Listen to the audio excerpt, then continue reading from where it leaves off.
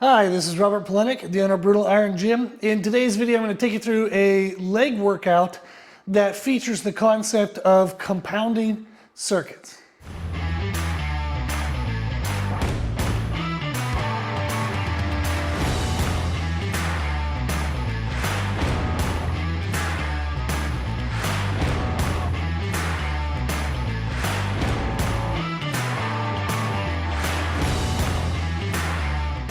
A compounding circuit is when you perform two exercises back to back that target the same muscle.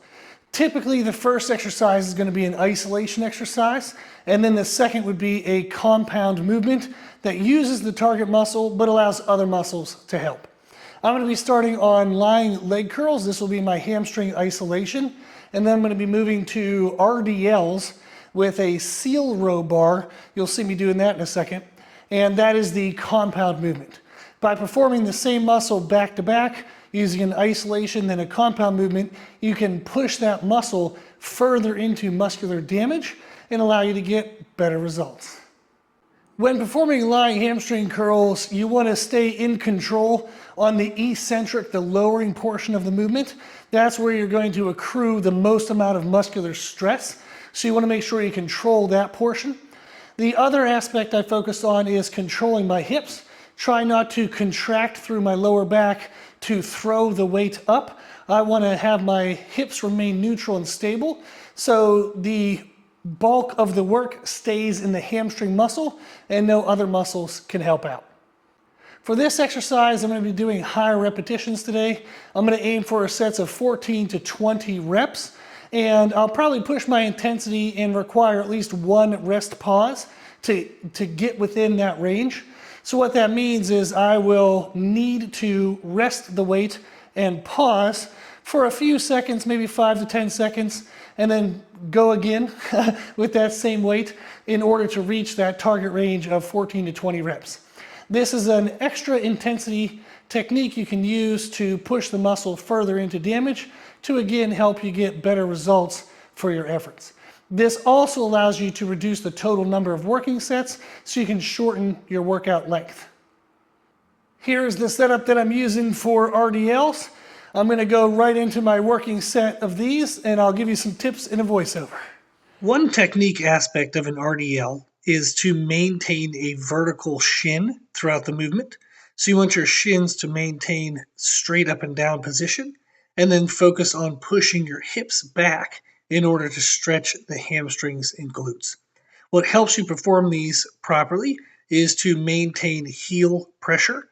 You want to have the majority of your weight in your heels, and then by focusing on pushing the hips back, you can create a good stretch in the hamstrings and glutes, and then focus on squeezing through those muscles in order to raise the weight. Okay, so what you'll see here is I'm using Mutant Metal Snapback Rollers. These are actually a specialized J-cup that works like a monolift. So as I pick up the bar, the hooks actually snap out of the way, and then I can go straight up and down and then lean into it to rack. This is a really safe way to perform RDLs for your lower back.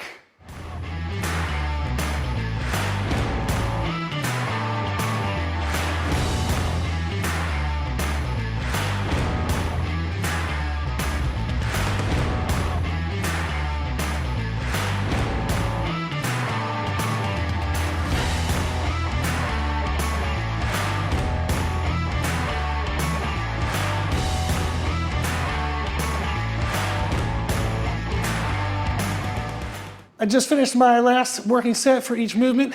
So I did 3 total working sets, 14 to 20 reps with 1 rest pause on the lying leg curl, 6 to 10 reps on the RDL. I ended up getting 10 reps on all sets, so I'll go heavier the next time I repeat this workout. But that sufficiently destroys my hamstrings and a little bit of glutes. So now I'll move on to the quad focused work.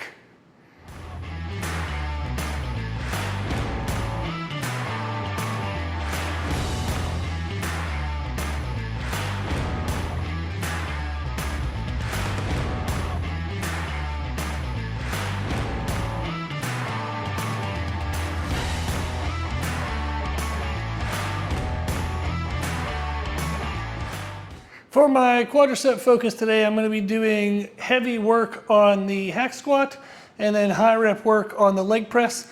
So this is a little flip-flopped in the sense that the first movement I'm going to be doing is going to be low reps and heavy. The second movement will be the high rep work.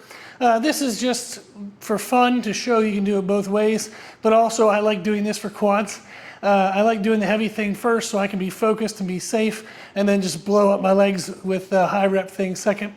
The first movement is not an isolation, but it is more of a isolation compound than the leg press. So the hack squat really focuses on the quadriceps and minimizes other muscles being involved, whereas the leg press, you can get a little bit more involvement in the glutes to some degree, and the shortened range of motion helps this be less of an isolation as well. So I'm still following the concept of something most isolated first, something less isolated second. So that's another way you can set it up, is actually using two compound movements, but have the more isolated movement first. For the hack squat, I'm going to be focusing on 10 reps.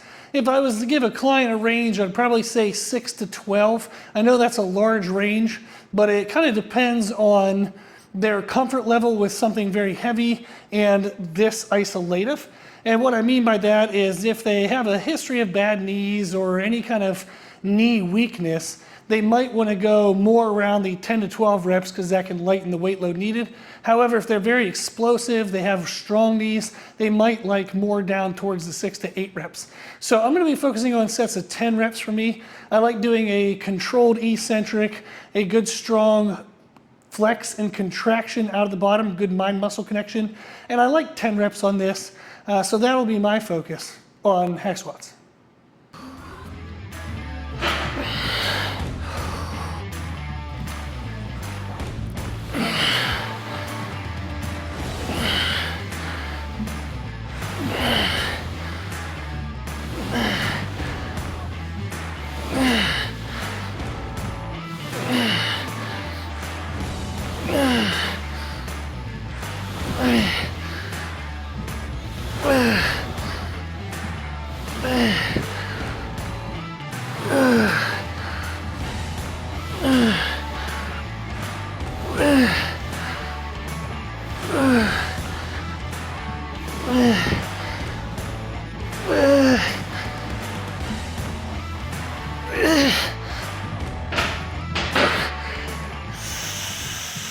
And the workout is complete. I'm exhausted. I ended up doing 3 working sets on the hack squat and leg press. The hack squat was heavy sets of 10, and then I just changed my rep tempo to make sure that each set reached muscular failure at 10 reps. And then the leg press, I was aiming for 14 to 20 reps. I think I got like 20, 17, and 16, so that was perfect.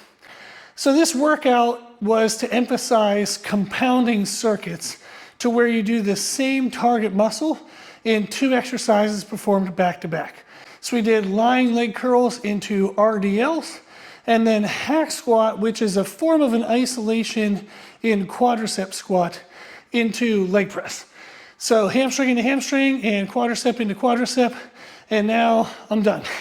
I will come back and do another leg workout within this week, so I train legs twice a week. So this is an example of what I would do for one of those workouts.